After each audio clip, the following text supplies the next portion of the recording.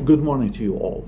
I have received many questions about the risk assessment, also abbreviated as RA, Romeo Alpha, even though the answer is available in more than one source.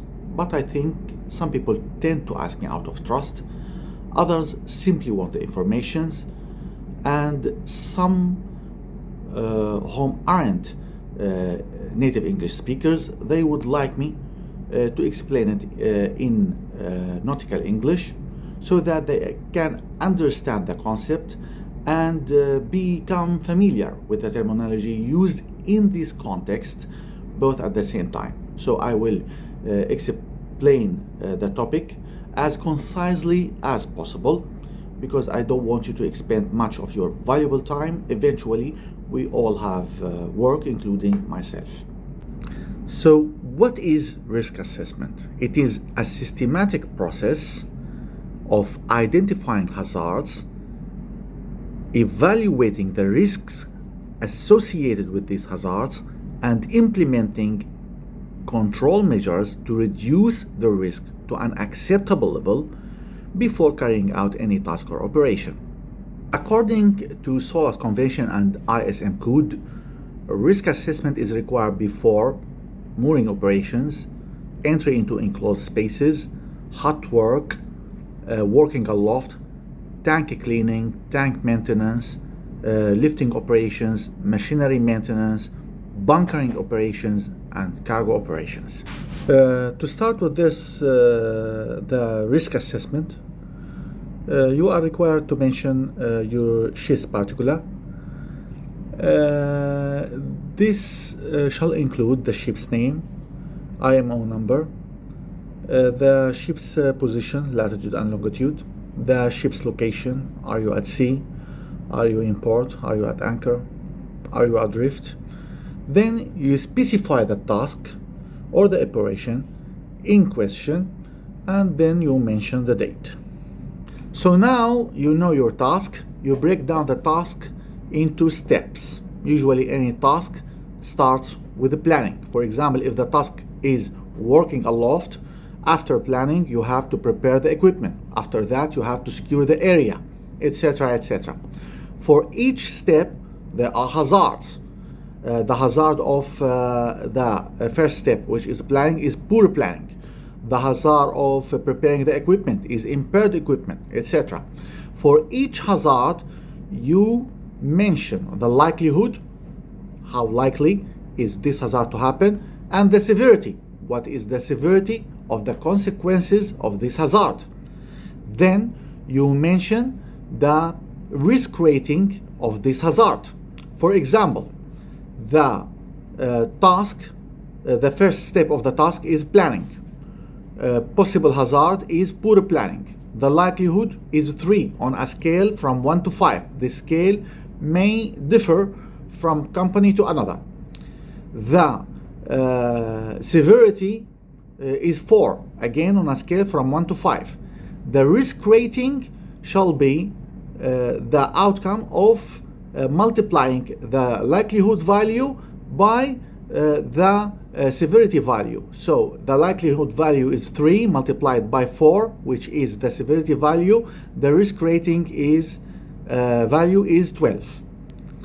Now after that you have to mention the control measures.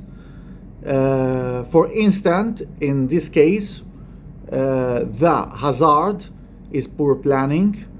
The control measure is to perform a toolbox, which is a short meeting to discuss safety measures regarding the hazard and the other control measures.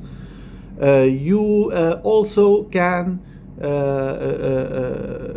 issue a PTW, which is a permit to work. This will assign the authority of the personnel, etc., etc. Now, after the control measures, the values of the likelihood and the values of the severity must reduce, must go down. So after this control measure, the likelihood for poor planning was 3. Now after the toolbox it may be 1. The severity of poor planning was 4. Now it is 3. So now the risk rating is 1 multiplied by 3, so it is 3. The previous risk rating before the control measures, it was 12, but after control measures it dropped into 3. And you continue that with all steps and all hazards that are related to the task that you are making a risk assessment for. Eventually you will have a risk matrix, a table organized where all these informations are mentioned in a clear way and in an organized way. Okay, now the risk rating, the final risk rating is given in the matrix, in the risk matrix, the table. They are given in numbers, as you remember. Now according to this number there is another scale that is usually given in the SMS of your company, and in this scale they say, for example, if the risk rating is from 0 to 6, then the level of the risk is low. If it is from 7 to 16, the level of the risk is, for example, medium, etc. After that you decide if the risk level is accepted or not.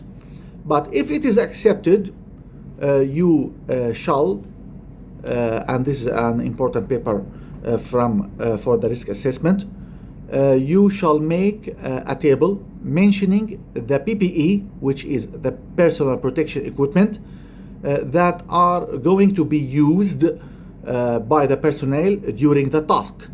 And in the table you mention the PPE, and you mention, you check next to each item if it is applicable or if it is available, and if you have any remarks, you shall mention those remarks as well. After that there is a confirmation, a toolbox confirmation, which is usually a statement like we confirm that this risk assessment is understood and applicable properly, for example. And then this toolbox confirmation must be signed by the board. The board is usually consisting of the master, the chief officer, and the chief engineer. And after that you're done. Your risk assessment is ready, and you can start to perform your task practically. So I hope I didn't take much time to explain the idea, and I hope this was clear and obvious to all of you.